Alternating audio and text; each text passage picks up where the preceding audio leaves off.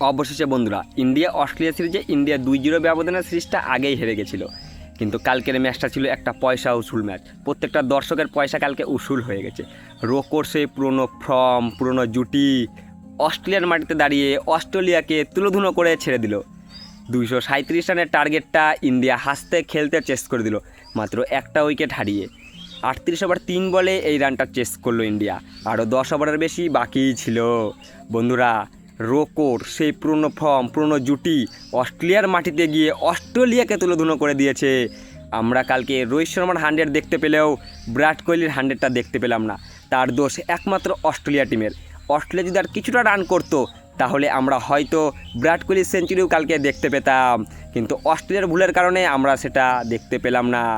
বন্ধুরা যেসব আবাল ফ্যানেরা বলছে না যে রোকো শেষ, রোকোর এখন অবসর নেওয়া উচিত, তাদের উদ্দেশ্য বলছি তোমরা খেলা সম্পর্কে বুঝোই না। রোকো 27-এর বিশ্বকাপের জন্য তৈরি। তারা কালকে আবারও প্রমাণ দিল তাদের অবসর নেওয়ার টাইম এখনও হয়নি। ক্রিকেটে একটা কথা আছে না, ক্লাস ইজ পার্মানেন্টলি কিন্তু ফর্ম ইজ টেম্পোরারি। কালকে সেটার প্রমাণ আবারও দিল রোকোর সেই পুরনো জুটি। सकोगी मैं